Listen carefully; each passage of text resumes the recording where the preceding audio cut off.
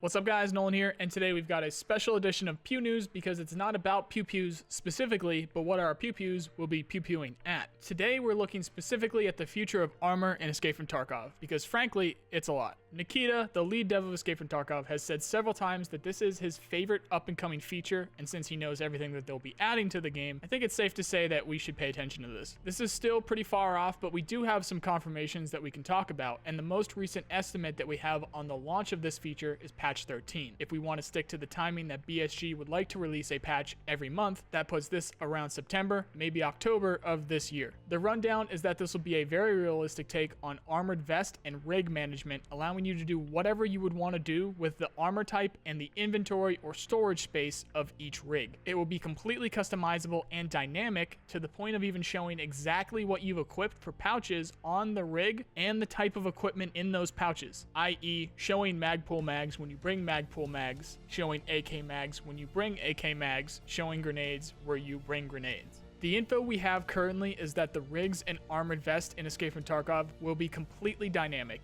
Each armored vest and rig will have the ability to hold a certain size of armored plate. That size can also have different variations too, coming with the type of plate or what it's made out of to affect its weight and the effectiveness at stopping bullets. The most basic example would be being able to take an AVS level 4 rig, but if you find a level 6 plate, then you can swap that old plate out for the level 6, and ta-da, you have a level 6 AVS rig. The thing is though, how many plates did you find? Because if you only found one level 6 plate, then you'll have to decide whether you want the armor on your chest or on your back. It's going to depend on the vest, which would be dynamic itself in where you can put the plate. The MOLLE system is what's going to allow for all this to happen. It's an array of special webbing on a combat rig. You won't need to remember what rigs hold what after this is implemented, as you will only need to know what pouches will hold what. Then buy an empty MOLLE rig to attach the pouches to. If you want to run 1x3 mags on your AVS, then just buy 1x3 pouches. Same go for the 2x2 drum mags. If you wanted to load the entire front of a rig that usually holds 10 1x2 pouches with nothing but a single 1x1 pouch, you could. As long as you have the correct pouches and the room for them on the MOLLE system of the vest, you will have complete customization control of it.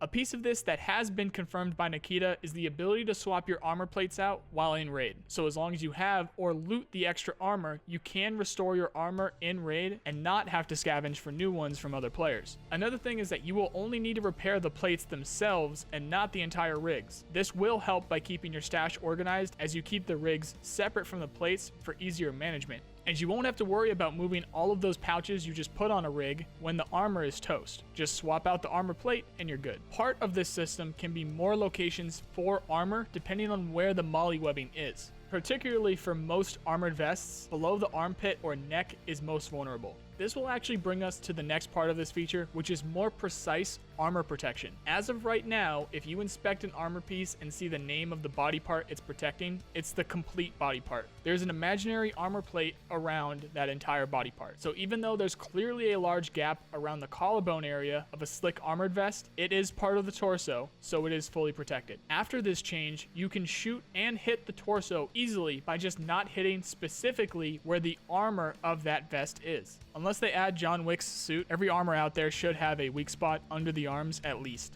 This is going to make shooting at the torso of an armored player with shotguns and pistol rounds completely viable and even preferred in some cases. Again, the best estimate that we have on this going live is currently patch 13, which might be September or October of this year. And I'm sure there's plenty about specifically this feature that they're keeping secret. This sounds like his excitement is completely warranted, and as for anything new in Escape from Tarkov, I personally can't wait. If you want to learn anything about Escape from Tarkov or its development, then you can check out my playlists for it here. If you like this video, then you know the drill. I really appreciate the people who do. Otherwise, I hope you at least learned something, and I also hope you have a nice day. See you guys.